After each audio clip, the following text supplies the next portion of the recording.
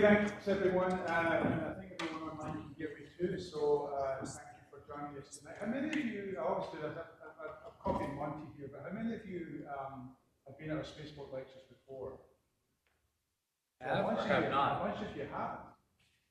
Say have not? Excuse me, have been.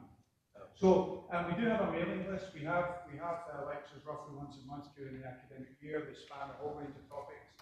Our next one will be December 5. I remember it's in this room or not, and it's on space robotics. So we'll be switching more onto the engineering side. But one of the things that we try and do is have a wide-ranging set of conversations. We focus a lot on science and on engineering predominantly. But every so often we try and bring in other voices and other ways of saying, thinking about the problems that we're having. So this kind of tonight's speaker, I'll introduce him in a second, but it came out of a conversation that some of us were having, in fact, people before I got involved, about how to start a broader bring more people in to talk about some of these issues. And so we thought it was a great opportunity to invite Alexander to actually come in and talk to our audience about it, and I'll tell you about a few other things that are going on. And we'll try and do more of this as we go. But anyway, so excited to have Alexander here. It's not our usual night, it's a Thursday night. We probably could have done with an extra day, but Alexander's been sick, but he's here tonight, so... not today. No, that's right. Stay well away from him, not just because he's an English professor. Anyway, so let me again welcome you all here. We are sponsored by the Houston Spaceport, very generously to allow us to bring folks in. And as you know, there's a lot going on with the Spaceport. We usually give an update sometime in the spring, I think. So Alexander's one of our own here at Rice. Alexander Regier is a William Faulkner Professor of English and Chair of the English Department at Rice University. William Faulkner, he was that famous, he wrote stuff. Long sentence. And so Alexander also holds a full appointment in the Department of Modern and Classical Literature and Cultures. In recent years, he's won fellowships at the National Humanities Center, a research award from the National Endowment for Humanities, the Alexander von Humboldt Fellowship for experienced researchers, as well as visiting fellowships at the Center for Research in the Arts, Social Sciences and Humanities at the University of Cambridge and the University of Exeter. Alexander is the author of books Exorbitant Enlightenment, Blake, Hamann and the Anglo-German Constellations, Fracture and Fragmentation in British Romanticism. He's also co-edited the collection Wordsworth Poetic Theory. Sorry, I got the nose fixed and now the teeth don't work. And as well as special journal issues on mobilities and genealogies. And the Bloomsbury Handbook on Sports Writing, 1789 to 2020. That's when Scotland used to win again. And which is under contract. His monograph, Awkwardness, The History of Art and Unease, has been completed, and he is currently writing a book in German about the labour of reading. And so we're very privileged to have Alexander here. Please join me in welcoming him. Thank you so much for the invitation. Thank you all for being here, for the people online for joining. Thank you for the conversations already that have happened and that made this possible. With Monty also, that really connected lots of different areas of ways of thinking, and I think really showed an incredibly gracious and I think very generous spirit of inquiry and wanting to really be in dialogue. And that's in a way a theme that you'll see and pick up here, but that I've also seen in all of these lectures that I've learned a lot in the Spaceport events. And so this helps me in some ways, because what I'm trying to do here tonight is really an experiment. And it involves you, but it also involves me. And the experiment is, in a way, twofold. One aspect is to really try out something that I haven't done before. In that way, it's an experiment. So it's an exploration, really, of new territory, if you like. Sometimes people come here and they have done something. They have written the book. They have done the project, and they present the results. This, in a way, it's the exact opposite, in the sense that this is the very beginning of the exploration. This is the very beginning. We're not even at launch yet. So in some way, this I'm sort of banking simply on your generosity, and I'm making you part of the experiment to help me, maybe get this to somewhere where it might get lifted off. The second part in which this is an experiment is in the format, in that, not so much for you, but for me, lots of humanities presentations, if you've been to them, they're very, very text, not just heavy, but they're written, they have to be incredibly precise. They're written, they're sometimes delivered at you, which is an odd kind of tension to the way in which we, as humanists, really talk about ourselves and the way in which we do research. But so the way in which this kind of presentation is a little bit looser, I hope that it's already pointing us towards something that I've just mentioned, which is that I've learned quite a lot about how people also present in this format. And I think that's, in a way, one of the things that I want to say is that it matters how we do things, not just that we do them. Okay, so let me just start with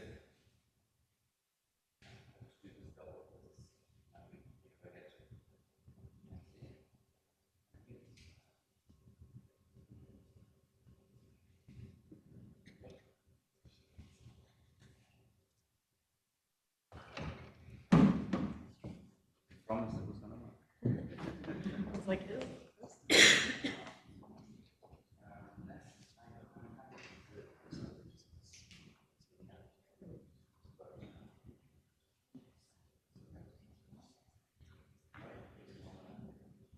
Alexander, in the spirit of how a scientist gives a talk, this is where you say it worked in rehearsal. There we are. They worked on it.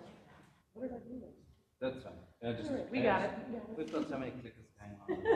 Thank you. No. Thank you. So, what you see.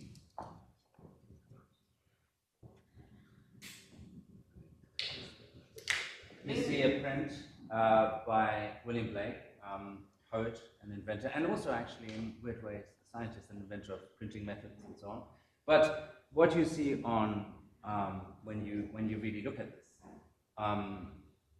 it's, of course, you see that there is a date and the name, and you can kind of orient yourself that way. 1793, and you see two different kinds of, if you like, modes of representation. One is visual and one is verbal, right? You see that there is a presentation of a kind of desire that I think many in this room share, right? In a kind of nice and, if you like, slightly humorous way, but there's something more there, I think. So I wonder whether you would agree that one of the things in which why this is important, to look at this kind of thing, or slightly more carefully, or a little bit longer, is to notice certain kinds of difficulties, and really productive difficulties, this kind of image will generate. So, he's or she, not clear, on Earth, right? Trying to get to the moon. We kind of assume that it's Earth. We have no real, way of telling. Actually, it's kind of interesting, I think. But what I'm more invested in here for the moment is in the repetition. In the repetition of, not just the technology, if you like, the lab, right? But, we have artists here. Why repeat? I want. And what does that even mean? Might seem a simple question, right? I want, I desire, I want to go to the moon, right? But it also means something else. And it could also be, that you'd just say that once. what is it about the repetition that's kind of important? Not just annoying, right, as a child going, I want, but there's something interesting and else going on, which might be, and I think this is the argument, this would be the argument here, that Blake is doing quite deliberately. And it's telling you that I want doesn't just mean that I desire, that I want this, but what does want also mean? If you're wanted, if you're found wanting, you know, like Byron says at the very beginning of Don Juan, I want a hero. It doesn't just mean that he desires to have a hero, but he can talk about it in this poem, but he also lacks one. You lack. And actually, this kind of repetition alerts you to the fact that once you look at this slightly longer and think about this, this might actually reveal something about what is interesting about not just the desire of going there, but also the lack that you feel. Why? You know, that your life here is not complete, that there is something there that you cannot actually attain, etc., etc. So, you know, we can go on and on about this, but the point I was trying to make with a very, very simple example at the beginning is that there is no such thing as a simple example in some ways, right? There are different ways of representation that are at stake here. There are different forms of representation that operate differently. They're never simple, and actually artists and humanities generally, but also scientists, of course, do this too. They alert you to this fact, that this is so. And that there's always meaning and interpretation. It's not just, oh, this is an obvious thing. I can just read it, see it, and go on. It's not just information, right? It's information to be interpreted in some way. And it's just an example of what a person interested in the humanities and space can see here in relation to not just that something is lacking, right? Or that you want to desire, you know, that you have the desire to go to the moon, let's say, again, but also that these things have to be interpreted in tandem, that these things belong together somehow. So that's the kind of thing that humanities, this is how we operate, if you like, right? Very small version of it. But, of course, the space humanities have a much, much longer story, and that is, in a way, what brought me here in the first place. Of course, people have been interested in space forever and ever and ever, right? You have the philosophy of space, always, and always have. You know, it's always been an integral part of the history of ideas. The philosophy of science gives you all of this. And David, what did you study? Natural philosophy and astronomy. Natural philosophy and astronomy, not physics, right?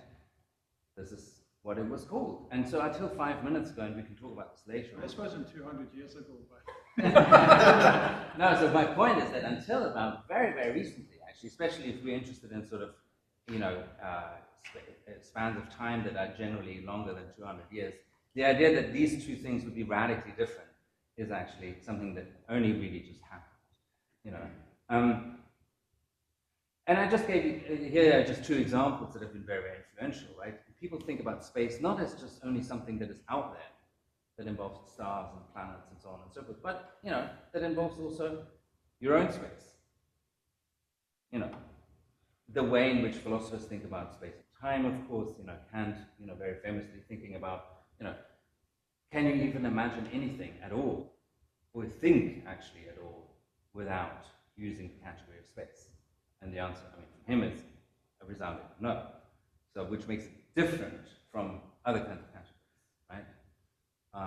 So, I'm just pointing towards that, and you know, Gaston Bachelard, you know, a few decades ago, this was the big bestseller, you know, sort of phenomenology of space, right? How do we experience space in our homes, but also in, you know, little nooks and crannies? People are thinking about space, not just space out there, but also here, which is, you know, something that we return to over and over again. We need to think about this too here, right? you have another branch of the space humanities of the longer story, of course, the ways in which people talk about this in literature, right? Sci-fi literature is a simple example. And again, here, the overlap between poetry, what we now think of as fictional writing, and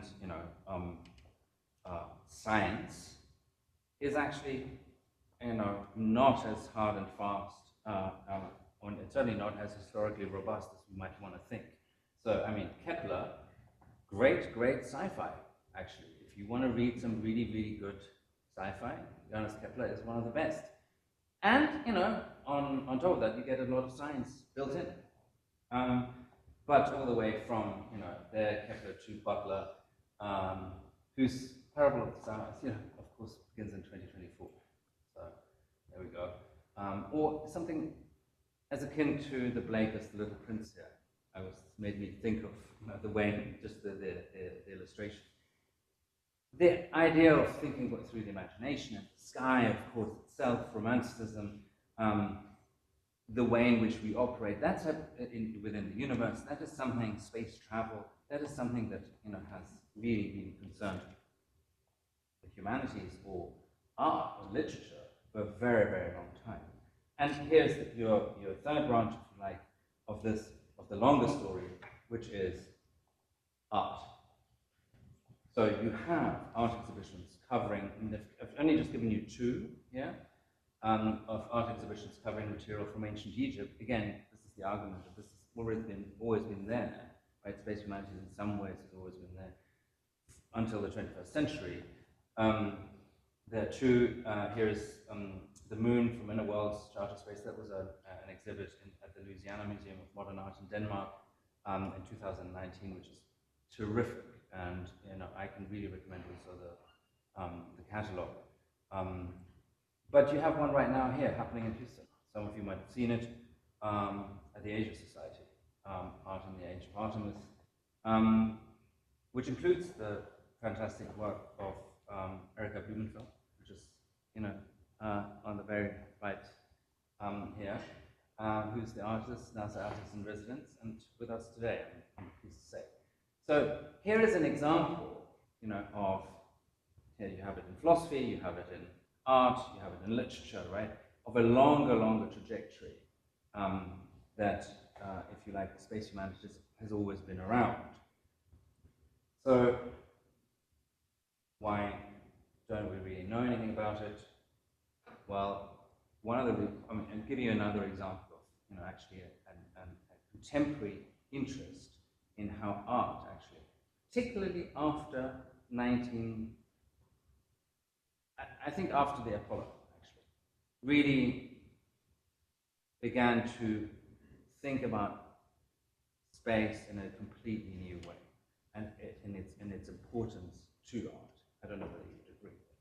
It's the way in which we would see the Earth and ourselves suddenly put not just scientists and social scientists, but also artists in a position to really radically rethink what they were doing and how to deal with this fact, how to deal with this new, not just technical possibility, but also imaginative possibility, and the reasons why we went there in the first place, right? Which are manifold, and we'll get to that in a little while.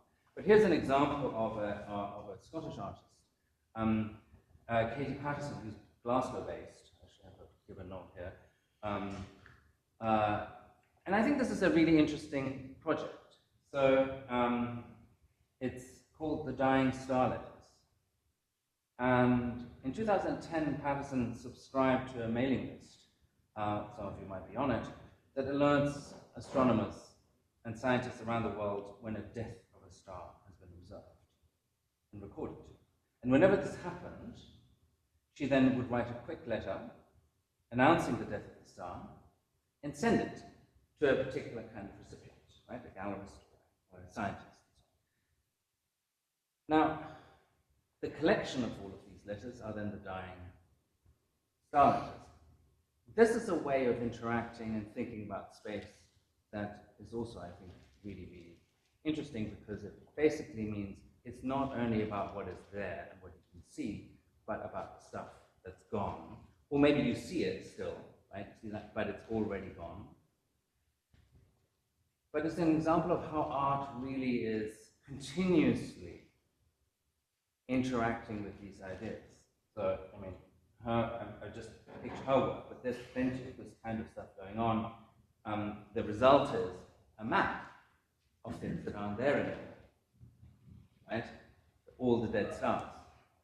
I included the second bit because it gives you an idea about the scale, of the project. But, of course, this is about life and death, as most interesting things are. But, this is also about the idea of representation. Think about the Blake back again, right? About how do we interpret why we want things that we want as a desire, but also the things that are not there anymore, that are, lacking. Just a quick aside, as another example that I didn't include now, because otherwise it would be a sort of a laundry list, but is Tasker Dean's show currently at the Menil, Blind Folly. That's another. So you'd have two examples that are currently happening in Houston, where you can see this at work, how people, in that neck of the woods, think through issues of space in ways that might be unusual, but can give you an immediate connection to the kinds of things that most, let's say scientists, broadly, are also up to. There is a direct connection. What is key, and I think this is really, really, really important here, and this is why I picked these rather abstract, in a way, examples at the end, is that there is a wider view here of the humanities. So, what Patterson, Blumenfeld, and all these other examples that I just mentioned point towards is, I think, something really fundamental in the art. This isn't about art that's got astronauts in it, if you see what I mean. Like, this is not thematic.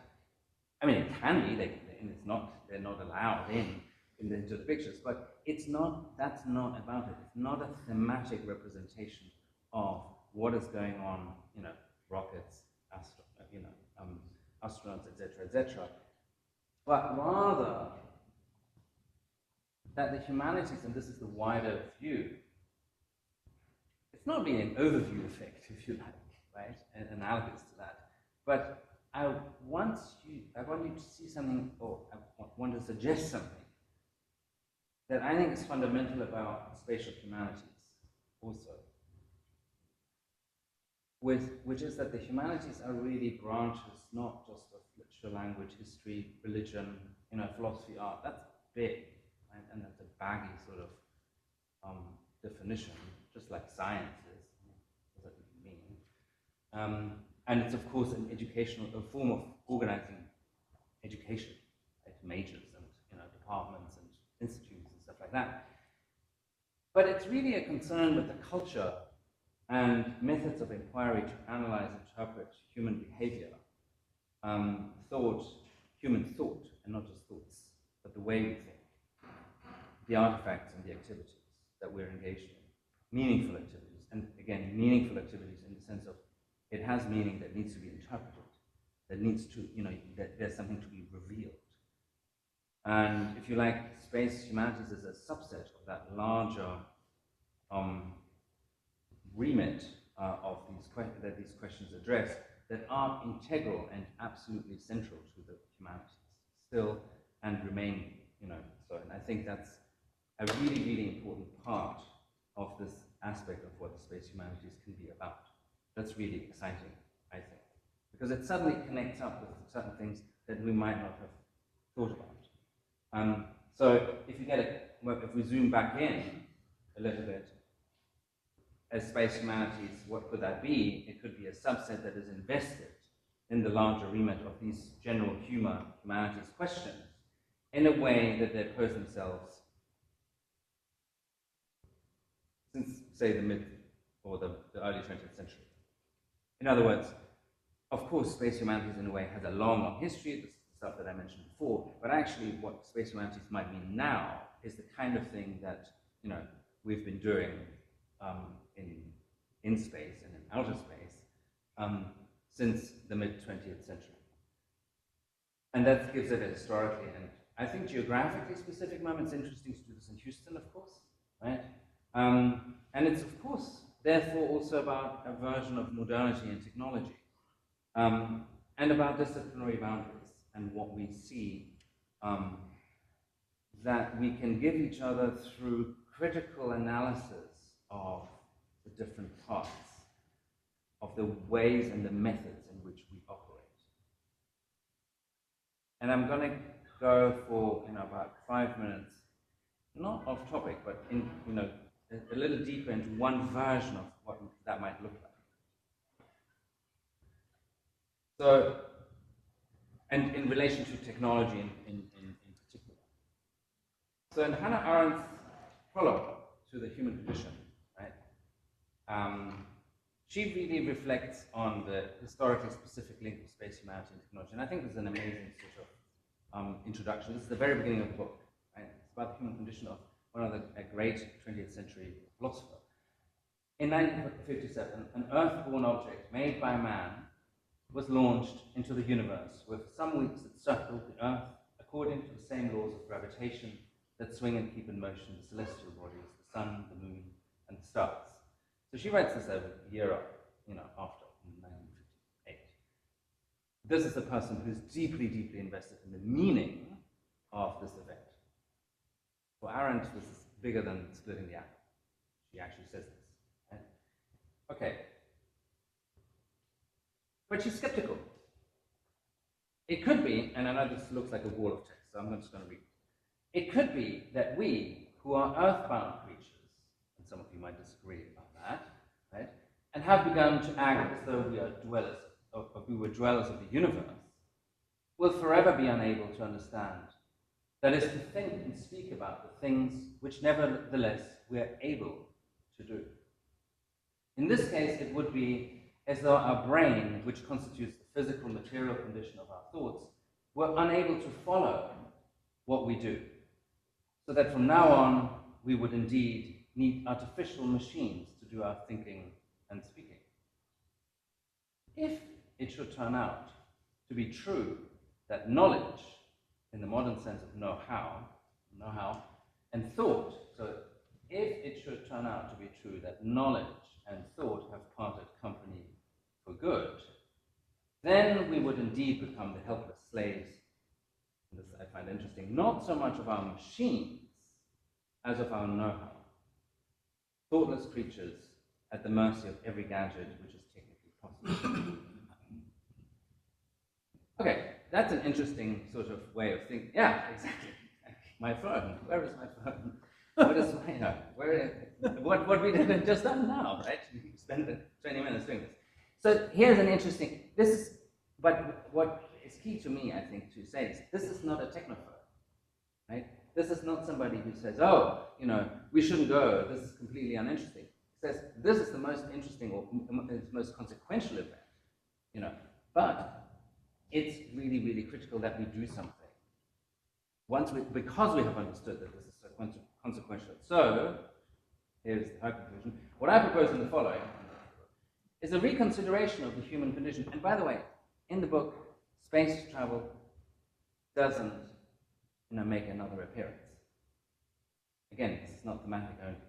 What I propose in the following is a reconsideration of the human condition from the vantage point of our newest experiences and our most recent fears. This obviously is a matter of thought. And thoughtlessness, the heedless recklessness or hopeless confusion or complacent repetition of truths which have become trivial and empty, seems to me among the outstanding characteristics of our time. What I propose, therefore, is very simple. It is nothing more than to think what we're doing. What I propose, therefore, is very simple. She knows that this is not simple at all, of course. It is nothing more than to think what we're doing. And I think that's an example of a humanities person thinking about, bringing the way in which they look at a problem. And if we look at the problem of, let's say, space and what we're doing, this is a really good way of doing it, right? Again, not a phobia, not a rejection, but an interest and engagement in critical engagement. So I think this also then reflects on the kind of disciplinary differences that we have. Yes, please, I would say, but shows us that the disciplinary dichotomies that we have are not really going to be very useful. So, I think if somebody says, this is only about money ever, and so on, then this is not particularly, useful. What isn't useful either is to say, well, this whole long history of people who've been thinking about this topic doesn't really matter, right? Because there were some smart people who did this too. So, in some ways, Space Humanities, I think, is a way of thinking and maybe an offering and a way of trying to develop, this is what I was saying at the beginning, a way of traveling between these disciplinary differences and orbits. And we do have this in other areas. We have social sciences have, in some way, much better off in that way. Partly because everybody's interested in space law, and lots of people are interested in space junk and and archaeology. But those are not the only reasons. And we will have to also engage with very, very critical accounts. I think like I was telling you earlier about Mary Jane Rubenstein's book, which is very, very it's a very, very critical engagement with what she calls the corporate space race, right? But that's a version of the engagement that really is it's going to be useful, I think. It's going to be that that if you like can be very productive in the end, because it does mean to go back and figure out what we can do, as Aaron just said, and what we can and what we think we do. What can we do, and what does that even mean? So I want to just go back to a version of where we started, the Blake, and then think about how we speak about space and us within it, and I promise that's the very end. So I learned a lot in these lectures, and this was a great lecture, right? This is 2 lectures ago from Judith Hayes, and I thought that this is really, really phenomenal. And it was about the Artemis. I mean, it was about lots and lots of stuff, but this is a slide that I stole, but I ignored it. So I have Borrowed. I borrowed it exactly, and I found this completely captivating.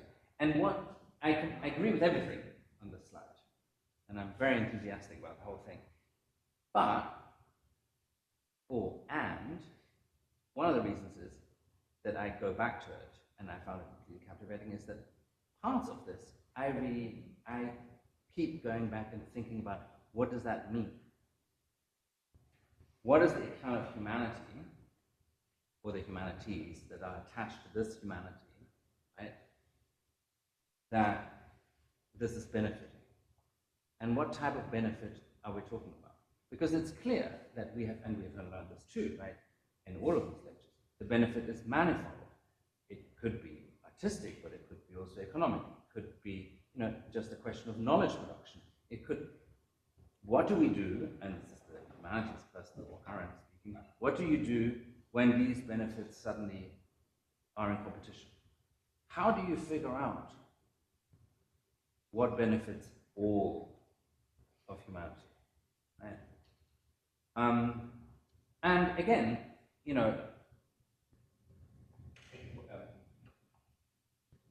it's a way of asking a really difficult, or producing a really difficult question that I think behooves us to think about. Now, my wife, who worked for the European Space Agency at one point, will now say, God, humanities people, it's like complicating everything, so there are all of these interesting questions, and then you've taken this one word, and then you've produced extraordinary sort of, I'm paraphrasing, she does this in a much more succinct and actually much smarter way. But, the question is, of course, there too also for the humanities, people well, what's the use? What's the solution? You know, and here the argument is not, oh, I don't want to go. Here the argument is, well, I do want to go, and the reason why, you know, I find this question interesting is, why do I want to go? I want to also figure this out. That's part of going, if you like, and not everybody can do that, of course, all the time. But the humanities folk can do that at one point, and can actually thereby afford something that I think is really, really important. Because just to say, with all due respect, oh, I want to go because it's there, that's not really good. That's, sometimes that might work, but I think, as you can see from the complexity of the questions that you are all asking yourselves every day, in relation to the work that you're doing in relation to space, that's certainly not, going to be a sufficient explanation. So the space humanities in that way is figuring out meaning, and this, of course, can take a variety of forms. And as far as I know, there are very, very few places where this has taken institutional form. And this is the last slide. So we have art, we have, I know there's one place, Carnegie Mellon, they're doing something really interesting, I think, which is called Planetary Hospitality, where they're thinking, where there's a bunch of humanities people who are thinking through this. But there are actually very surprisingly few places where that's done in an institutional way. Right? Of course, there are segments, parts. NASA does this, right, in relation to art. Some people, some other institutes do this in relation to maybe literature.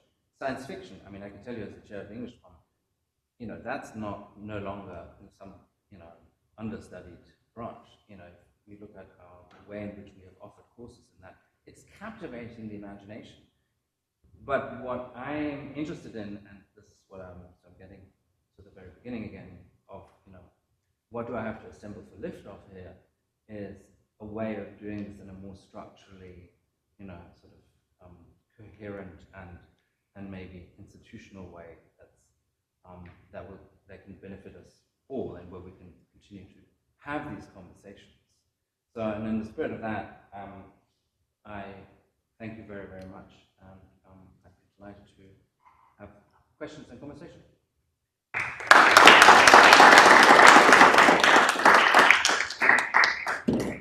So we do have a microphone that we can pass around if there's any questions.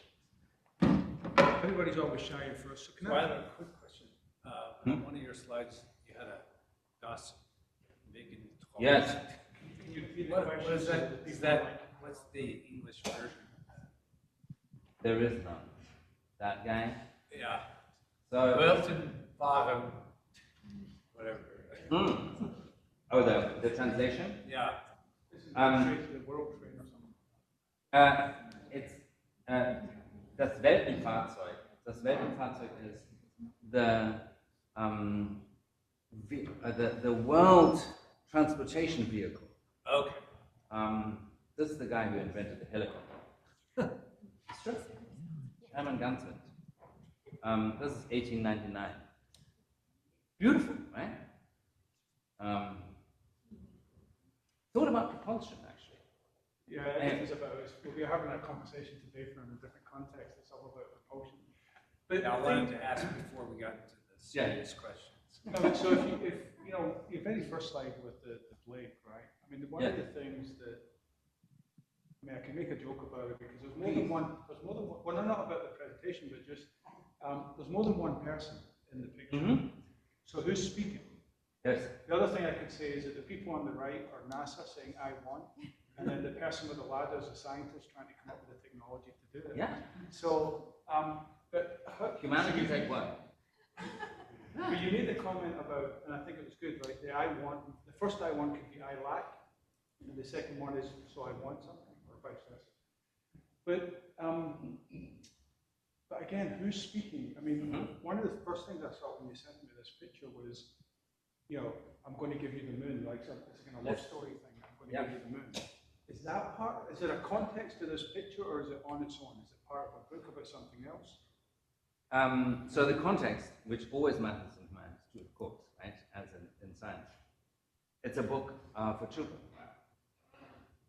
It's called The Gates of Paradise. And there's lots of interesting, sort of almost, they're not quite allegorical, but they're sort of incredibly symbol-laden figures, and it's quite humorous as a publication. It doesn't include text more than the captions. Yeah. So it's not that this is an illustration of a longer story about a kid that wants to go to the moon or something like that. It's interesting to me, and because it's about kids, and then you ask about the larger context. I think in at least one or two of the images that the book includes, inanimate objects can also speak. So it could very well be that it's the moon that wants something. Bringing things up there. But I think here it's about really, promising something, of course, but on the other hand, this is what I would think of as the parents. Whether that's NASA, I'm not sure. Scientists.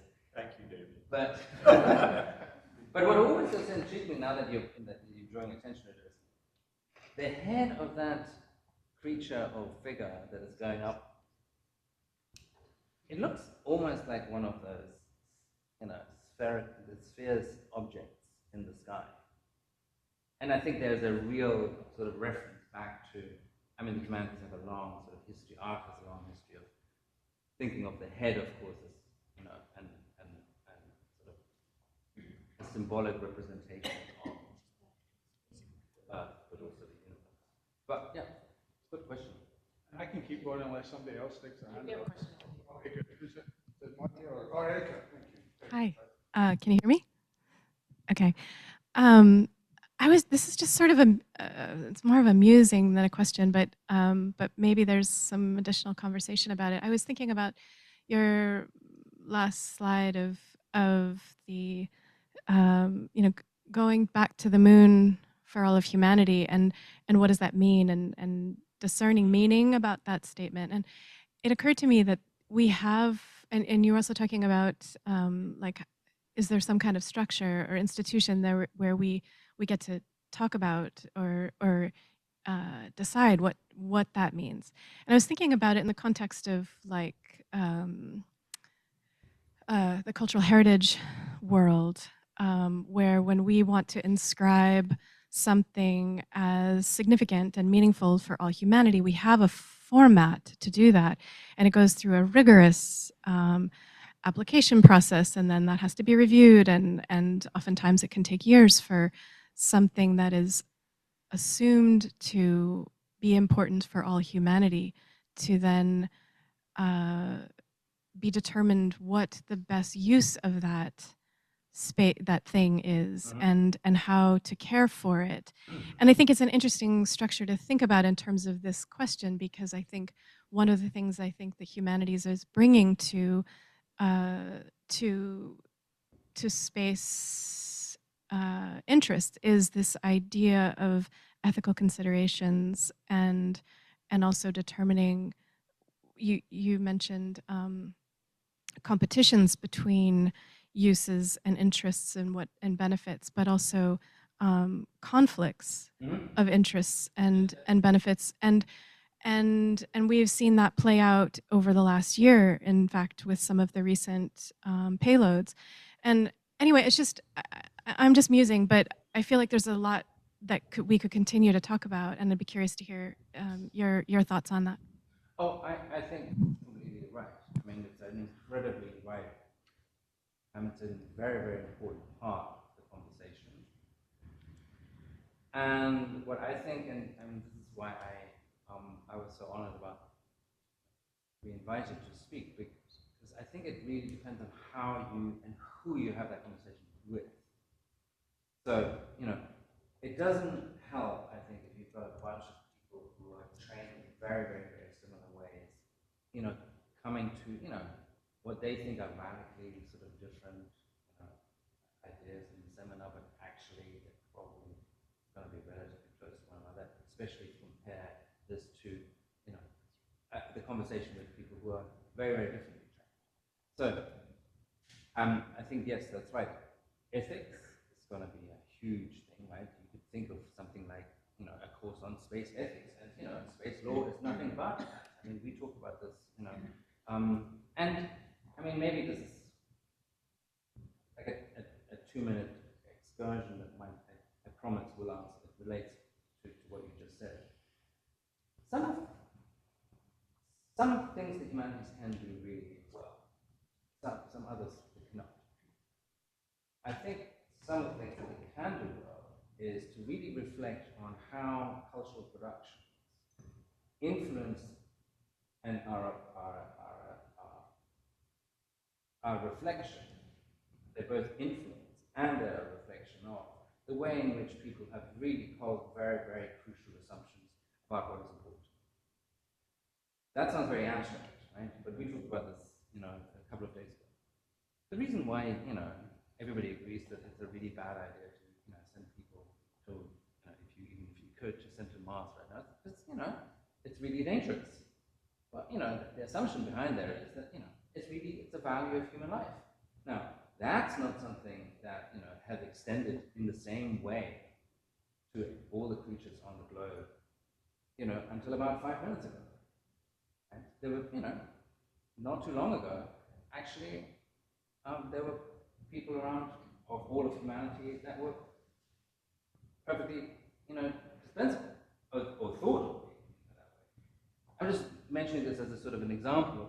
It seems so obvious, and yet, it's of course, historically also a result of the way in which people, change ideas, and no number had produced the change.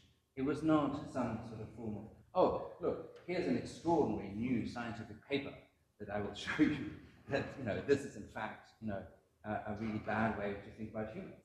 That wasn't the case at all. Right?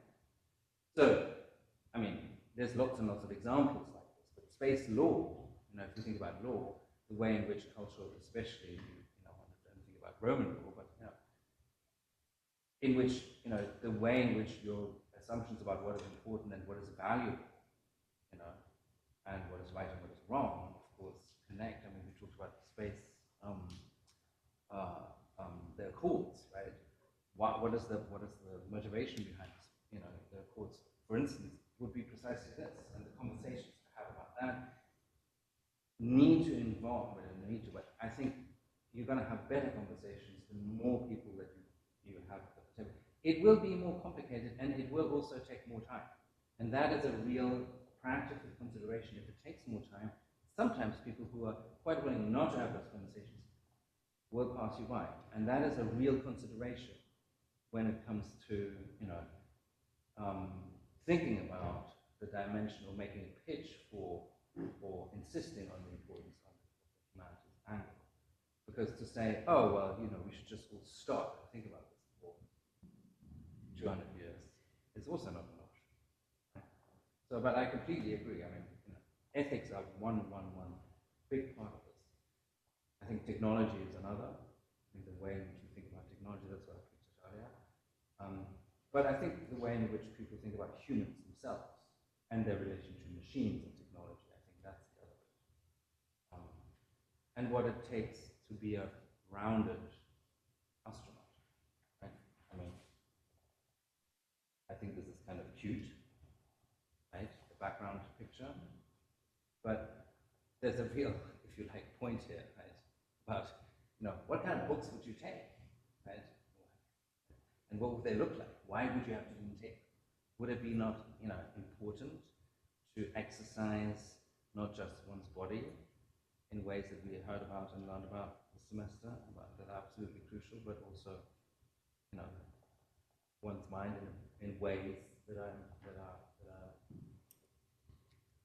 not as functional, let's say. Sometimes I propose. No, I think, the word benefits is one of the key word there, because you could argue that it's making us think about ourselves as humans, right? Because we can do these things, because we're thinking about what it would be like to be elsewhere and all these different things. So there's a lot of richness in that kind of conversation. There is, I think, Roman, there's a question online. So perhaps you could tell us who it's from and read it out, please.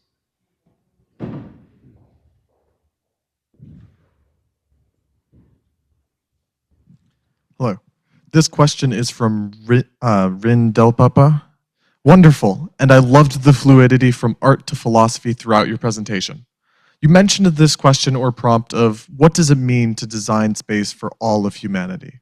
Beyond the space hospitality example you shared, where do you see the gaps in this exploration needing to be addressed first? That's a great question.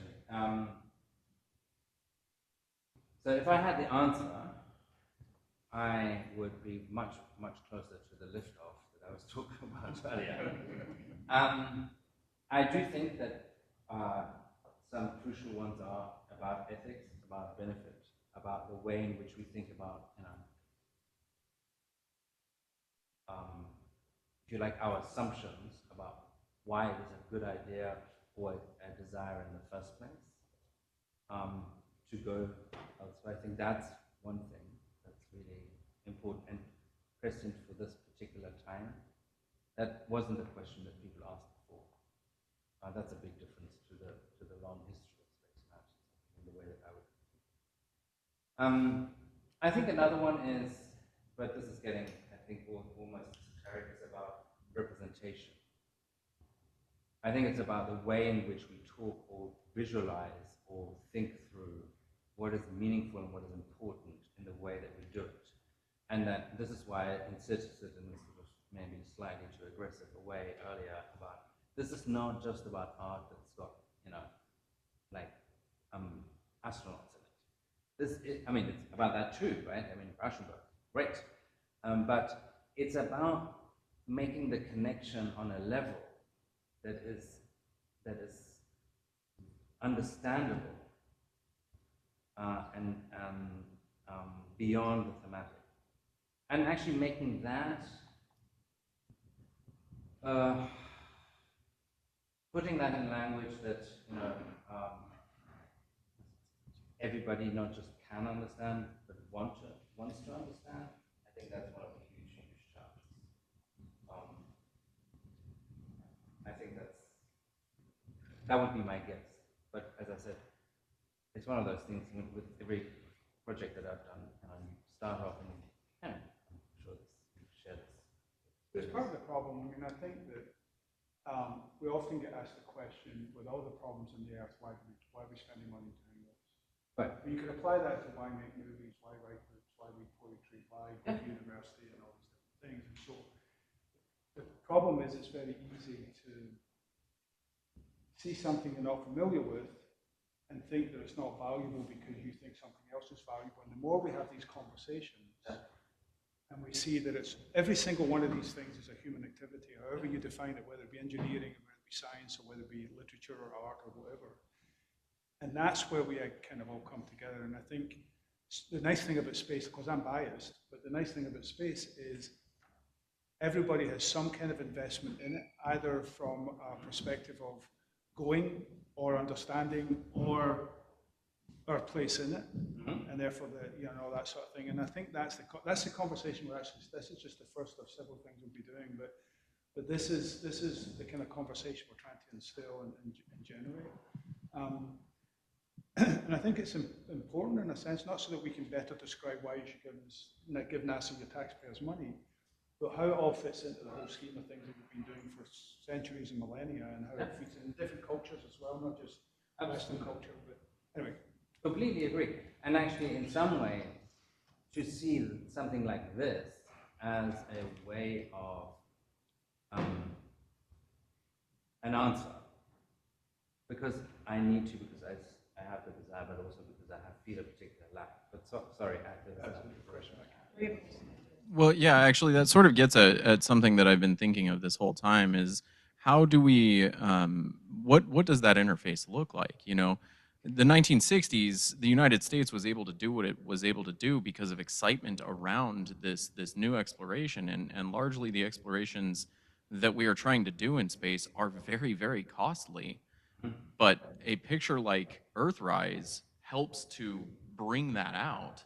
So what do you see that interface looking like in the 21st century? Is it going to be, you know, looking at Mars from eyes that were born here? What does that look like? How do you see that influencing space travel? What do you mean by what you? So How do you see humanities influencing the financial aspect of this, like the cost to humanity to do something like this? Okay. So this is where the answer becomes very uncomfortable, because I think as in some way a little bit, in some way the humanities, or some versions of the humanities, will be somewhat slowing down that process, because it will ask precisely what exactly are the benefits, and if the way in which we think about the benefits are not really attractive to us, then we don't really, or we will argue that we are all going there. Then lots and lots of people will say, well, that is it really worth it? But I think it will give us good arguments, and it will give us a really, really rich understanding of why we're doing what we're doing. And I think that is something that really is it can be incredibly powerful to have, an image, I think, alone, to really produce a way in which in the imagination of, say, a whole generation is formed. Think about the Armstrong quote that is on the poster. Right? I think that, it does lots and lots of work there that isn't just humanities work, that's science work, that is, and that you cannot leave it up to just one branch, as it were, of either knowledge production or any other kind of production, whether it would be poetic or financial production, for that matter, either. If you leave it up to just one branch and one way of knowing or experience or exploring, one way of exploration, I think that's doomed.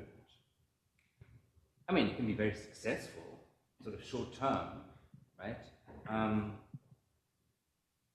But I think it would be a poor reflection on the way in which, we've done this before. So, we don't want to repeat the same mistakes again, while we do want to capture, and we do want to captivate and represent this great way forward. Yeah. All right. So you mentioned there one branch. When we look at the space law, or even Antarctica for a good example, we talk about for the benefit of mankind, but those who are creating the space law, which, as you say, is bounded on ethics, they're typically policymakers in nation states. Yeah. And nation states are typically biased towards their own needs, be that cultural, financial, exploitive, etc. So how do we, I wouldn't say how do we ensure, but how do we incorporate a much broader range of humanities beyond the typical policymakers? Yeah, it's a really, really good question, and there is to try and convince people, that this is an aspect of the way in which we think about space, for instance, that needs to go beyond the kinds of mistakes that are the result of the invention of the nation state, which say would be 18th, 19th century, right? That actually this broad net.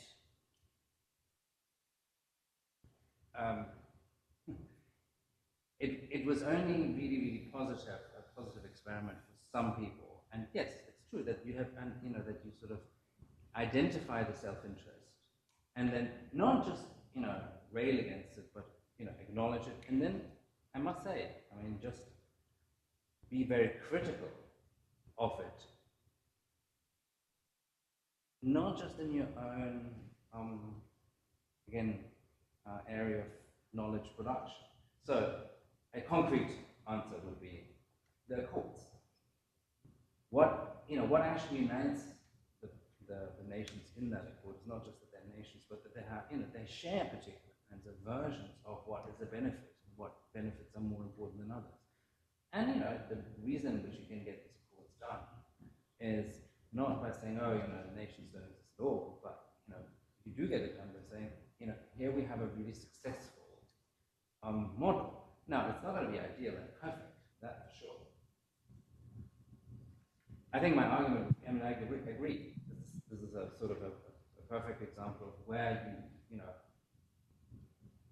where humanities could do a lot of work and hopefully, you know, can do and want to when they, you know, when we think about spaceport.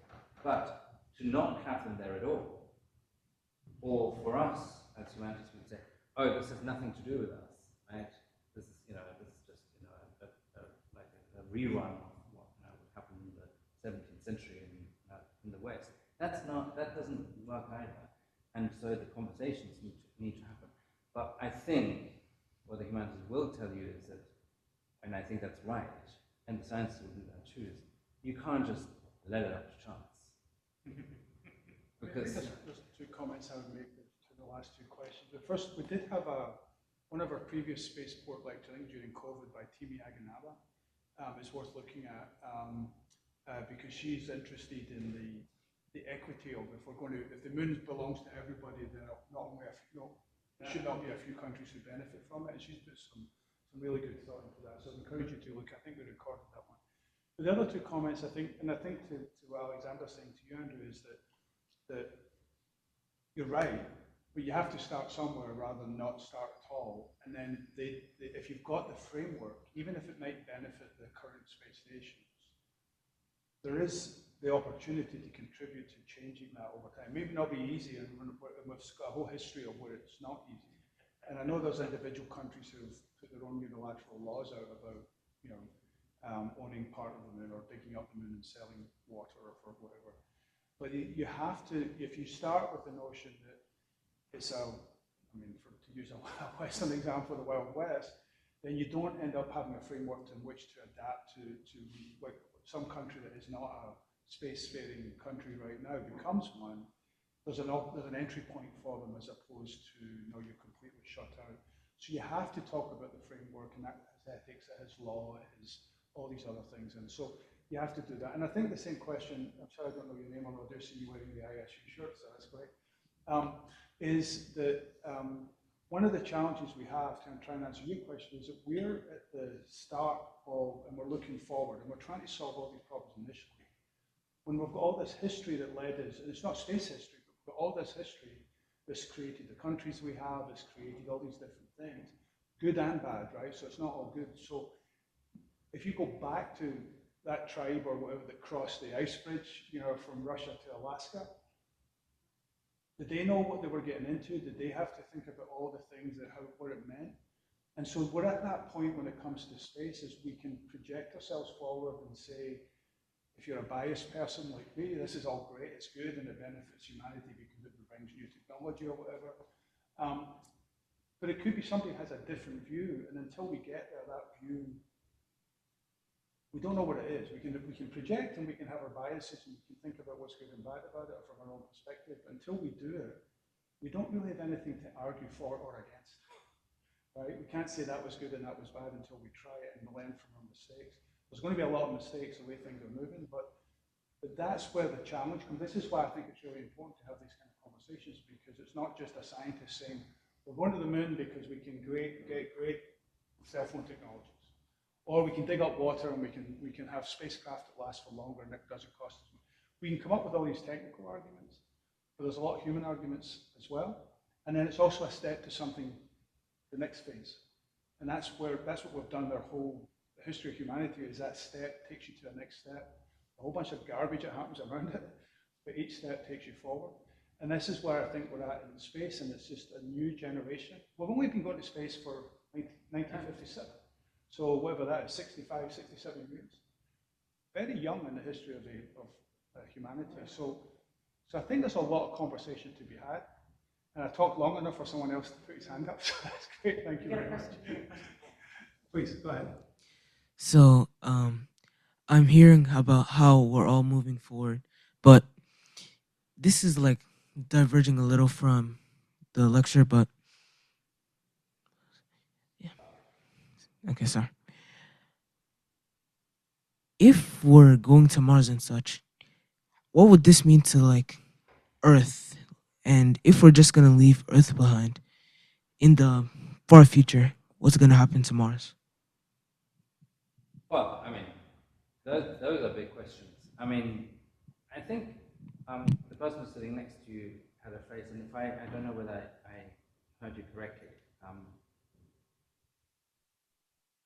which was, it involved imagining somebody who had been born not on this planet. And I think that way of thinking about it is a very, very good way of getting maybe somewhere to these large, very, very large questions. Okay. What would it look like for, and now I'm really spinning off, but to imagine, that the Earth would not be your home. I think that's actually really, really difficult to do. And and of course you could sort of think, oh, here is one version, one person, or whatever. But to really think about it in terms of, a whole set of, a really complex culture, a complex humanity, with the sciences and the humanities and so on. So that's, I think, something that, scientists, pure scientists and pure poets can do, right? But I think at the moment we're engaged in what David was talking about, and I think I wanted to add to what you just said, which is we can't do the thinking, and this is, I think, where I don't want to say, oh, this is too big a question, we can't deal with it. We have to ask, we have to be able to and want to ask these big questions. But what we can't do at the same time is to say, oh, we'll do all of the technical stuff first, and then we'll figure out what it all means and what we did. This is world historically speaking, we know that turns out to be generally a bad idea, especially if it involves movement of lots of people, technologies.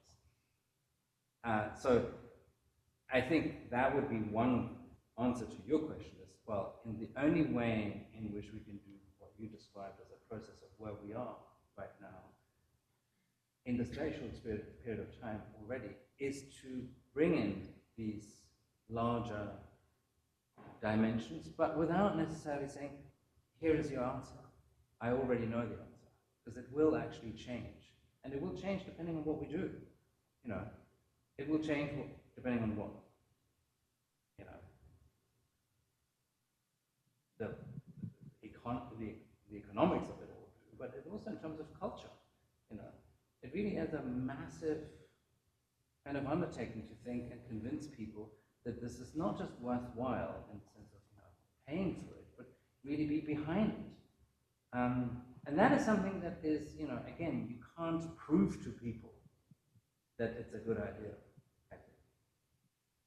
I mean, mathematically, think of the big sort of changes in your assumptions, culturally speaking, about lots and lots of things in the last 40 years that concern the way in which people live and have choices to make or not. It's for a lot of them, who can marry who, etc., etc. Actually, that's not the result of these vast changes. Are not the result of, oh, here is a scientific paper that shows you that actually these forms of cohabitation now turn out to be perfectly okay. Actually, no. The reason why we think about marriage, for instance, differently now than we do even 15 years ago is not because some new data. And that's where the power of humanity, that's the kind of thing that I think then involves figuring out how one does the law, the social science, but also the imagination, the really, really big question. Sorry, keep going on. Hello, my name is Christopher Perez, and this is my first spaceport. Can you hear me now? Okay. My name is Christopher Perez, and I'm very happy to be here at my first spaceport event. Thank you for everyone that made this possible, and thank you for speaking. I wrote a few things down, and I'm really excited to see, as someone who loves art, to see the combination of art, humanities, and also space in general all put together. You mentioned exercising the mind in space, and between this slide and I think it was the last, there was some sort of colonization going on. I get a sense of freedom when we talk about going beyond Earth, and once we get there, when we talk about isolation versus freedom, how does exercising the mind in space come into play? How does exercising? The mind. Yes. But I think in some way, the sort of slightly cute, thing is pushing us. Exercising the mind is, of course, not just reading a bunch of books. It's doing lots and lots of other things, doing experiments, running labs, and so on and so forth. Now, I think the answer to your question, if you like, the Arendt answer to your question is, and this is a bit about the, that I left out, which is she asked something that is, I think, very insightful, which is that it's a really weird idea to think that you want to escape this planet. Nobody has, that's actually an odd thing. Historically, you get lots of philosophers who say, "Ooh, my body, I want to escape the body," and blah, blah, blah. But actually, the idea that you want to actually go somewhere to actually never come back. This idea of that you would associate it with freedom. That is an interesting kind of, I think, question to interrogate. The answer to your question about how do we exercise the mind, I don't think actually in radically, at least for the next, say, this would just be a slight guess, but 350, 500 years, not in radically different ways than we're doing right now. We just have to be really, really careful about how we do it. As I think that long Arendt quote shows, that we are actually beholden more and more in the way in which we, divert our real thinking, knowledge, to ways in being caught in or trapped in ways of thinking that aren't really producing all that much. But there isn't. I don't think it'd be a radically different way of knowing, of epistemology, let's say, or science or humanities. Might be, of all of these people that are then born off the earth, not on this planet, but I think the idea of freedom is an interesting one. Why would that be? But that's for another lecture, I think. So one of the benefits to the humanity of our speaker is that we have to go feed him after he gives his talk. So I'm going to call the questions to an end. Before we thank our speaker, you showed the Little Prince, and there's a space company out of France called Interstellar Lab who have a mission. They are creating essentially a little greenhouse, and they want to send roses to the moon, right, which is from the Little Prince, the French cultural side of things. And so that's a little bit of where bringing art into science to show a technology, but to engage a broader group of people, because they have I don't know how many billion people have read the Little Prince, either in the original or other languages. I think it's been translated many times. And so that's a really interesting science to prove a technology, but show it off in the way by bringing in the cultural aspect too. And so there are many, many overlaps, and I think we can. I think you've given us an eye opener, but it's a conversation that can't start and end here, and it can't start and end with us. It has to be many, many more people doing many, many different things. So, Alexander, thank you very much. Really appreciate it.